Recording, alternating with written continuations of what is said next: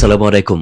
নচিকেতের সেই গান, ছেলে আমার মস্ত মানুষ, মস্ত অফিসার, মস্ত ফ্ল্যাটে যায় না দেখা এপার ওপার। যাই হোক, সেই গানের লাইনগুলো বলছি না।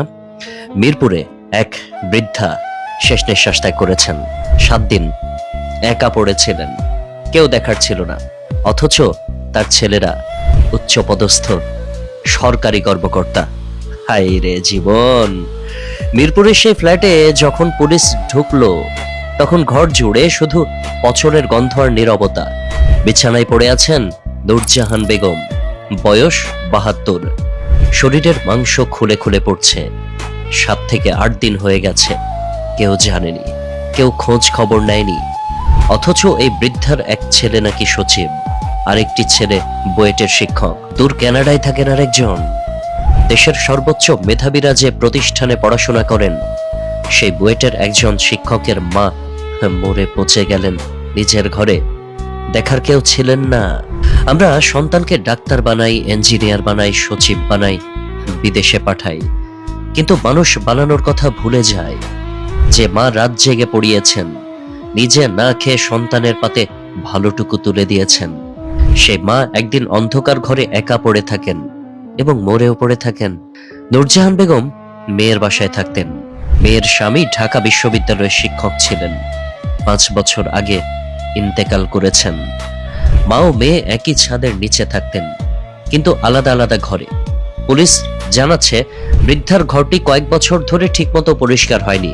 ময়লা আবর্জনা, ছত্রাক, পোকামাকড়, এই ছিল তার শেষ আশ্রয়। মেয়ে পাশের ঘরেই ছিলেন, কিন্তু সপ্তাহের পর সপ্তাহ মায়ের ঘরেই ঢোকেননি। রোববার রাতে একজন নার্সকে ডেকে পাঠানো হয়েছিল। মেয়ে ভেবেছিলেন মা হয়তো অসুস্থ। নার্স ঘরে ঢুকে যা দেখলেন, তাতে তার বুক কেঁপে উঠল। বিছানায় পড়ে রয়েছেন সেই বৃদ্ধা। শরীরে আর কিচ্ছু নেই, শুধু হাড্ডি ছাড়া। নার্স বের হয়ে লোকজনকে জানালেন। 999-এ ফোন গেল, পুলিশ এলো। বৃদ্ধার মেয়েকে দেখে পুলিশের অস্বাভাবিক মনে হয়েছে।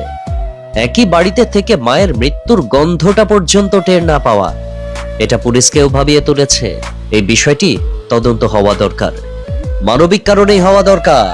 আমরা কি সত্যি এতটা ব্যস্ত হয়ে পড়েছি যে মায়ের ঘরে উঁকি দেওয়ার সময় নেই? নাকি আমরা এমন একটি সমাজ গড়ে তুলছি যেখানে সাফল্যের মাপকাঠি হলো পদ, পদবি আর বিদেশের ঠিকানা? নূরজাহান বেগমের মৃত্যু আমাদের সামনে একটা আয়না ধরেছে। সেই আয়নায় গোটা সমাজের চেহারা দেখা যাচ্ছে।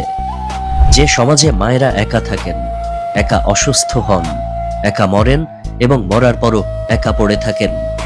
সন্তানকে শিক্ষিত করার পাশাপাশি তাকে মানবিক করে তোলা, এটাই সবচেয়ে বড় শিক্ষা। মিরপুরের সে ফ্ল্যাটের কথাটা মনে থাকুক, নূরজাহান বেগমের কথাও মনে থাকুক। একটি সংবাদ হিসেবে নয়, একটি সতর্ক বার্তা হিসেবে। যে মা আজ বেঁচে আছেন, তার ঘরে আজই একবার যান, তার হাতটা একবার ধরুন, জিজ্ঞাসা করুন আপনার মা ভালো আছেন কিনা। এটুকু করতে সচিব হওয়া লাগে না, বুয়েটের শিক্ষক হওয়া লাগে না, শুধু মানুষ হওয়া লাগে। আজকের এই ঘটনাটা শুধু একটি পরিবারের ট্র্যাজেডি নয়, এটা একটি জাতির নীরব ভাঙনের গল্প, যেখানে সম্পর্কগুলো ধীরে ধীরে দায়িত্বের বাইরে গিয়ে শুধুই আনুষ্ঠানিকতায় পরিণত হচ্ছে। আমরা আধুনিক হয়েছি, প্রযুক্তিতে এগিয়েছি, কিন্তু অন্তরের যোগাযোগটা কি হারিয়ে ফেলিনি? যে মানুষটা আমাদের প্রথম ডাক শুনেছে, প্রথম হাঁটতে শিখিয়েছে, তার শেষ সময়ে আমরা যদি পাশে না থাকি, তাহলে আমাদের এই অগ্রগতি কার জন্য? নূরজাহান বেগমের ঘরের সেই নীরবতা আসলে একটি প্রশ্ন ছুড়ে দেয়। আমরা কি সত্যি সভ্য হয়েছি, নাকি শুধু বাস্তবতার মুখোশ পরে অনুভূতিহীন হয়ে গেছে? এই প্রশ্নের উত্তর খুঁজতে অন্য কোনো গবেষণার দরকার নেই, দরকার শুধু নিজের ঘরের দরজাটা খুলে একটু ভেতরে তাকানো। আল্লাহ হাফেজ।